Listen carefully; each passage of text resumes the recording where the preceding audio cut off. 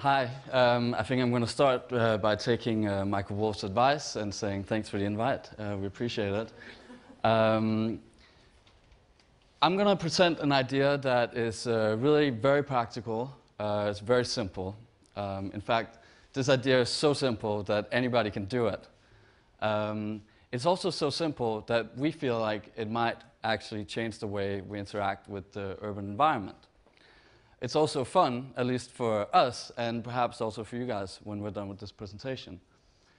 All you need for this idea, before we go into what it is actually you need a piece of chalk and you need a camera phone, or either one. You actually don't need both, but you can combine them. My name is Michael, and I'm representing the Urban Green Line Collective, so we're a group of people. I'm sort of speaking as a speaking for the other people today. So I'm going to start off with just talking a little bit about what the Urban Green Line is. I'd like to tell you a little bit about how it's connected to emergence, and some next steps, call to action perhaps, for what we can do. I chose to bring this photo from the beginning of the Urban Green Line. This is, as some of you might recognize, this is a piece of a section of Regent's Canal. It's in Hackney. It's one of the less fancy sections of the canal. And as you might know, Regent's Canal in London is a potentially amazing resource and asset for a city. Unfortunately, very often it's dirty. It's not well taken care of.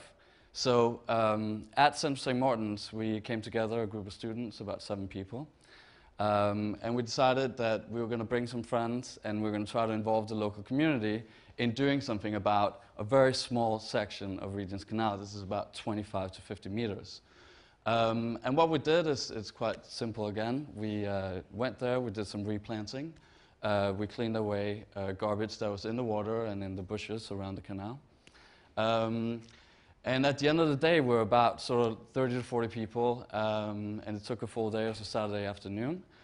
And at the end of the day, we left with, of course, a really good feeling about ourselves as people and environmentally friendly and all of that. And we also left with about 18 bags of garbage from a very tiny section of this canal, which, of course, we disposed of in the proper ways, obviously, not just to the next section, which I think has been the system so far. But we also left something behind. We left, as you can see on the picture, we left a green line, and that's where the piece of chalk comes in. This green line was, in a way, a way for us to symbolize that London now had a new green area, a way for people to see that this place is a green place where you can be. But for ourselves, it was also a matter of kind of empowering the act that we were doing. By putting down the green line, we could sort of stand around and tell each other, we did this. People coming by the area, as we kind of moved down the river, saw the green line kind of being painted during the day and asked, what are you doing? What is this? And this is a very good way to explain what's happening, and a way to involve other people. I'm not going to show you any more slides, but if I was, I could show you organic restaurants in London, community gardens, urban farms, organic stores, farmers markets. I could kind of keep going. We have, at this point, we're a group of 7 people, and we have about, I think, a little less than 300 places in London. So this is not just about doing something yourself. It's about symbolizing an act of green that has been committed, of course, also by the city. Parks is obviously also on the map. So basically, what we're saying is that there's actually a lot of greening going on, and by putting down this line, we can make that manifest in some extent to people around. And we're not just doing this in the physical world, we're also doing this online. So we paint the line on the ground, but to a larger extent, we're actually painting it on a map online. And what we're hoping to get from this, of course, is an emergent system. Jamie mentioned earlier how birds follow very simple rules. Don't get too close, don't get too far away.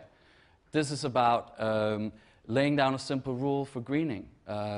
Just like ants leave paths for each other to the places that contain food, and by doing that, help a bigger system come together. We leave little green lines to tell people where the green is at. And just like the ants, by repeating, by a massive amount of ants repeating these sort of small acts, build an anthill, in the same way, we feel like very small acts like this might come together and emerge as a larger system where people are actually able to connect and move around the city on the basis of what's been happening before. And that brings up, I think, a good question about data, something we've been thinking a lot about, because a lot of talk right now, of course, for those of us who are designers and innovators, is about this idea of data and how we use it. And we feel like this, of course, is a very, this is the old way of data, right? This is the temporary data. This is chalk. It'll wash away. It won't stay. So we've developed an app so anybody in the world really can go and tag green places or activities that they do on a map that's online and connect in that way. So in a way, we feel like we're sort of bridging a schism between old data, temporary data, and the new, the digital, the permanent data that'll last forever. And what the advantages of the digital is, of course, is that you can write descriptions and you can add more information to this green line, but that still staying within that very simple concept. Yeah, so just to, I guess just to round up in terms of what we're doing is that we are launching the app today at TEDxCentralSaintMartins, in fact. You can go to our website, you can find it, and I want to use this opportunity really as a call to action for you guys to get a piece of chalk or download the iPhone or do both and go out in your communities and connect with the people that you know and start drawing green lines, whether you just do it on the map or you actually do it on the ground. Maybe you don't like looking at green lines in your community, but you can still do it on the map. So yeah, this is really a call to action for you guys to connect to your local urban fabric and perhaps do something like this and stitch a couple of green stitches into it as well. We don't know what's going to happen. This is the beginning then of an emergent system. We have no idea where it's going to go. We're sure it's going to ebb and flow. But we're sure if everybody joins in and puts down their green lines, we can change the world with just a simple green line. So, thank you.